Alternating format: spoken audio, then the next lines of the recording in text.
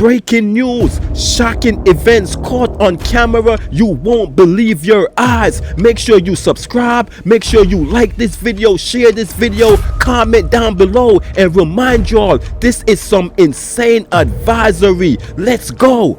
Wildlife got way too close for comfort when a coyote in northeast Portland chased a little girl in her own backyard, and it was all caught on camera. Fox 12's Ezra Kaplan joins us now live with the details. Ezra?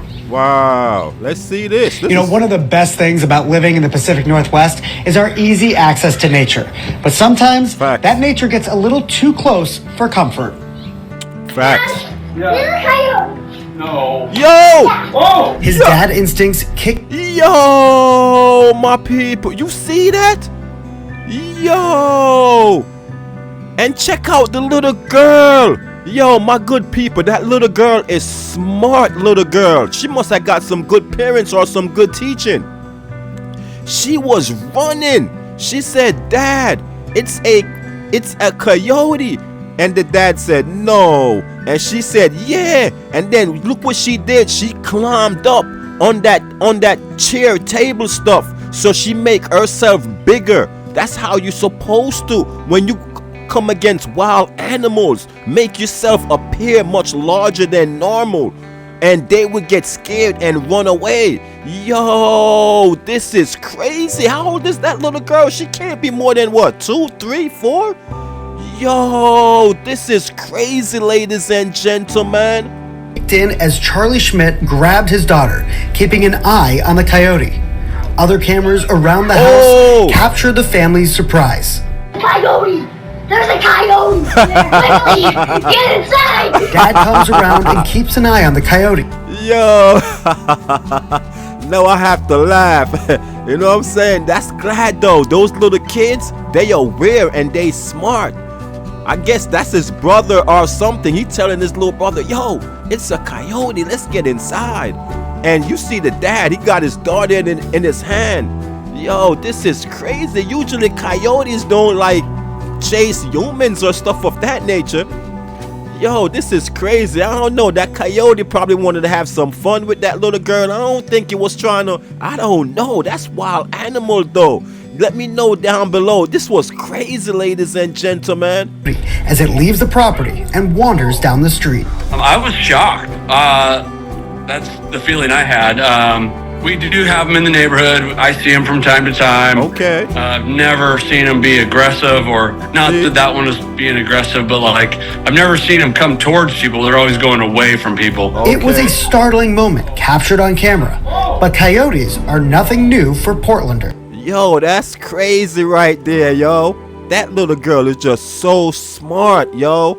Yo, I could watch this like a million times. That little girl is just so smart, and she makes sure make some adult aware of what's going on. Dad, it's a coyote. And the dad was like, "No." And she was like, "Yeah." So the dad turned around and was like, "Oh, ish." Yo, it's so scary but funny at the same time. I'm just glad nothing crazy happened, and it turns out to be, you know what I'm saying, everybody turns out to be safe.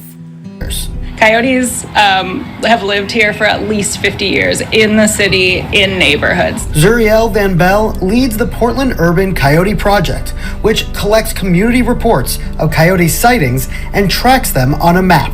Okay. So we take that information along with other research and information from across the country and across North America, and give that back to the community so that they know how to live with coyotes well, and sort of what's going on with living with coyotes. She says that this time of year, it is pretty normal to start getting more reports of sightings. And then in the fall and winter, we get more sightings in general, and we think a lot of that has to do with adolescent coyotes. Like many mammals, coyotes give birth to pups in the spring. By the fall and winter, they have grown considerably. So they look pretty much like an adult coyote, but they're venturing out on their own and they're not as savvy. And so they don't have those kind of like hidden ways of getting around. They might be more visible. That being said, Van Bell stressed that coyotes are almost never aggressive towards people. Coyote attacks are extremely rare. To put it in perspective, dog bites are a much more present risk, and those are rare as well. She commends Schmidt's daughter in handling a close encounter with a coyote. That little girl, I think, made some great decisions, calling for an adult, getting them aware of what was going on, getting up on top of something, making herself larger. Those are all ideal kind of things to do. Exactly. Dad says she wasn't fazed by the brush with nature, though he isn't thrilled. Certainly, I don't love the idea that one of them ran after my kids. A nerve-wracking experience for any parent when wildlife. Yo, this is crazy, yo. I'm just so happy when I see what the little girl did. As soon as she climbed up on that thing, the coyote looked like, yo, what's she doing? This unusual, this unnormal. What's she doing? And just automatically just runs away. Yo, if she make that right, trying to run towards the house, the coyote probably would have got her. But she was smart enough to just ran right towards that table and climb up on top of it. She's so smart, ladies and gentlemen. Gets a bit too wild. This is crazy, yo. This is crazy. This is so crazy, ladies and gentlemen. And there's a few things that you can do to make sure that the coyotes and yourself are staying safe. First of all, make sure you remove any food that might be available for them in your property. That's dog food, maybe even fruit that's fallen from a tree.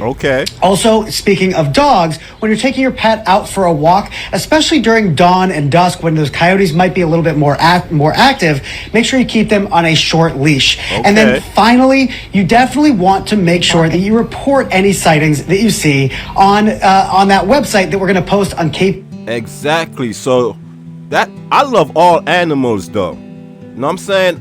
I love all animals. I'm just an animal lover.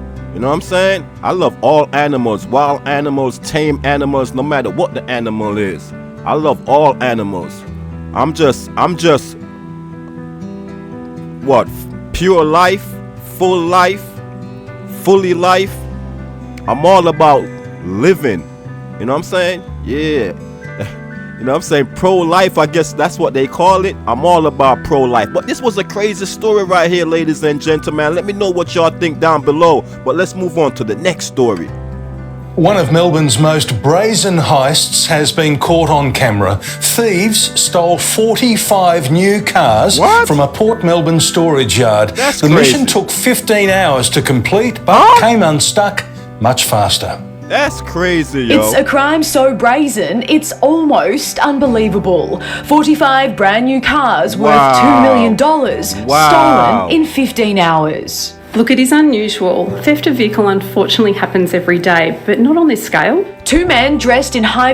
Yo, hold up.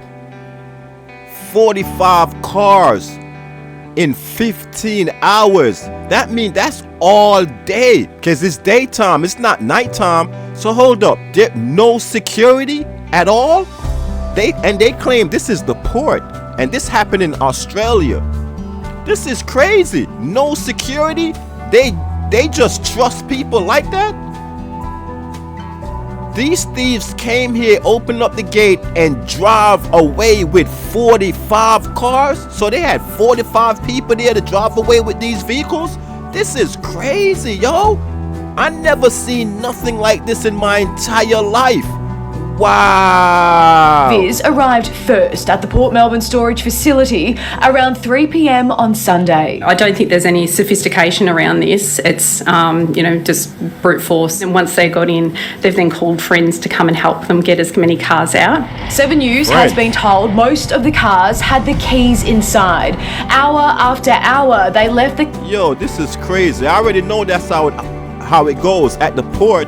All the cars, they probably got the titles in them and the keys.